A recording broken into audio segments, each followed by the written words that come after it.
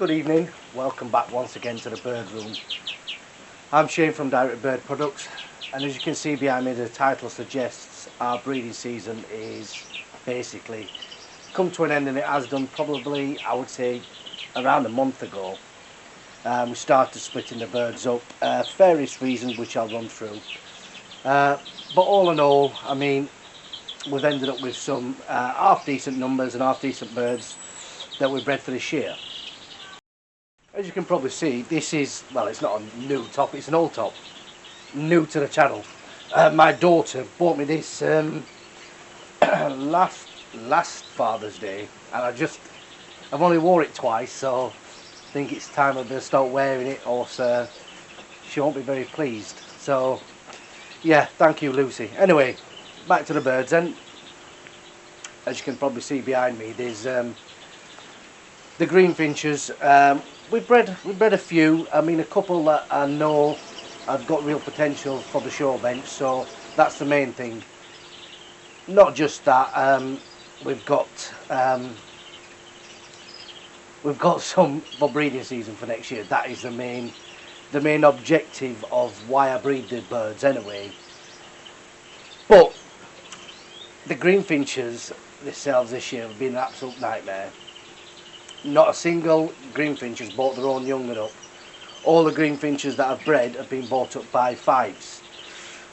And usually it's not the way I'd like to do it, but like I said, I've got to get the numbers for breeding for next year to stand a chance of breeding next year. I can't actually tell you what the actual problem is with the Greenfinches, and to be absolutely honest with you, from the people I've spoken to, it's not just the Greenfinches that everyone's had a bad year with. It's the British birds and native birds in general that have really struggled with getting them to nest, clear eggs, and getting the hens to rear them. And I can't put my finger on what it is, but hopefully for next year we can have a bit more success. With the fives, on the other hand, they've just done the job as they're meant to do, and we've got plenty to breed from, main thing. We've got some for the show bench, and that's another thing as well. Obviously I'm breeding for exhibition purposes, or to an exhibition standard. So in my opinion, the birds have improved again this year to what they have in previous years. So that is what the aim is all about when we're breeding these birds anyway. But on the other side, I will be cutting back with the fives next year anyway, and concentrating back to more of the British birds, as some of you know, because I've spoken to you at various shows and over the phone and stuff like that. So I will be cutting back on the fives, and I've already made some arrangements and got some birds in for the breeding programme for next year. So that is something that some of you might say we'll look forward to next year, but we'll see. I mean, I am definitely always looking a year or two in advance of my breeding season now and next year and the year after. Obviously that's what you've got to do when you breed birds, if you're looking to do more than just breed with them anyway. But like I said, I've already made arrangements for various varieties of birds. Whether they come through or not remains to be seen. Hopefully they do, and we can have more in the way of sections of British birds and a lot more mules and hybrids for next year. So as I said earlier, about a month ago or thereabouts, I started to split the birds up. Most of the birds had started going into a mould anyway. The others I was just a bit fed up personally with the birds. It was the British birds really that just not doing what they're meant to do. And like I said, ideally I wouldn't have really liked to have took the Greenfinches away and got the canaries to feed them, because they're just not going to put as much food into their mouths as what they would, or a pair of Greenfinches would, that would make them bigger for the show bench. But like I said, it's all about next year. Not saying that the canaries didn't do a good job, because they bloody did. They did a fantastic job, especially the crossbreed in cage number 6. She's bought greenfinches up, as well as the linnet mules, which I'll explain about the linnet mules shortly. But all in all, when it comes to the birds not doing the job in the respects of feeding the young ones, or you're always finding the young ones on the floor, it just tends to become really disheartening, and you just think to yourself, what's the point? The birds are just going to keep messing about, and then yeah, exactly, what's the point? So I decided to start splitting them off. We do have 1 or 2 still on eggs and chicks now. We've got one behind me, last canary, that's actually on eggs, but there is only a couple of eggs in there that are full. I ain't decided what to do yet, but I'll let it run its course. The red poles, I've got 2 pairs on eggs at the moment, and a pair on 2 chicks. The pair with the 2 chicks actually successfully reared 3 in the last round. Never bothered them, never chucked them out of the nest, even when I rung them. So that actually is a pair of my friends that are breeding for him, so from a really good line. So we'll see how they turn out for him. Hopefully they'll turn out as good as what the parents are, really. But the other 2 pairs that I've got on eggs are pairs that I've got in. They've only just really gone down. So typical, really. When I'm looking to finish, they want to start nesting. But same again, I'm letting them run the course. I'm not sure if they're full or not. I was meant to check them today, but I just got... You know, it's like when you got kids, I got this to do, and I meant to come in and check them, and it was like that, so I haven't checked them. So far as... They're calling to be fed now. So far as, like I said, the 5s, all the 5s are split up, except for one that's got 1 chick next door, which I never even knew. Shows how much attention I gave them next door. That's due to leave any day now, and like I said, all the rest of the 5s are all in flight cages or in the other shed molting out, because 99% of them are fully in the molt, whether it be the cockbirds. This is why I split them up. Went into the molt before the hen birds, hence clear eggs, or the hen birds just might have had chicks in the nest, which have happened, and started in the molt and just lose interest of feeding them. So that's obviously why I split them up. So far as the linnet mules, case 6 and 7, they've both got 1 still. I mean, there's 1 in case 7 in the nest, as you'll see now. The 1 in case 6 has left the nest about 4 days ago. Both of these are absolutely fantastic rearers. Both of them have bought greenfinches up. Both of them have bought their own linnet mules up. And the linnet mules, we have actually bred, this will be 20. But seemingly, as anyone knows with all breeds, mules or hybrids, along the way of breeding them, you do lose some genetically. So we've only got 5 at the moment. And the reason that is obviously genetic crosses. The birds are not going to be as strong as what they would be in a normal scenario of just canaries or linnets. You're putting 2 genetic crosses together, and even though they're successfully reared, took them away from the parents, they just seem to turn for the worst. And it seemingly isn't the hen canaries, because if it would have been the hen canaries, then it might have only been 1 of them, but it's actually been both of the young ones from either nest. So it is actually something to do with the linnet cock, but it's still done its job. I've got 3 in there colouring up now, starting to take colour feed. So I know there's at least 2 cockbirds in there that are cockbirds, because obviously they're colouring up, and one of them is definitely, it was from day 1 actually, caught my eye early on, and it's progressing really nice. So with the 5s, I've started to section some off, and I'll turn the camera around now and go over to the other side where I've sectioned them off. So this is the side that's got all the current year 5s in. In the top row I've got a couple that are doubled up, only because there's 28 cages on this side, and in the bottom flight cage we've got the adult cockbirds that I've used this year.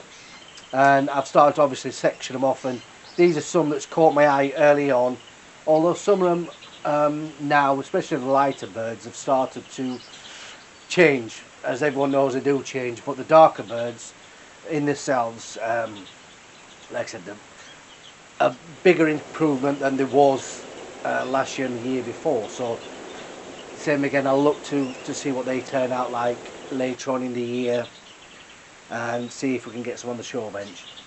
But yeah, I mean, I'm happy with the numbers. We've got over 100 fives and I'm happy with that.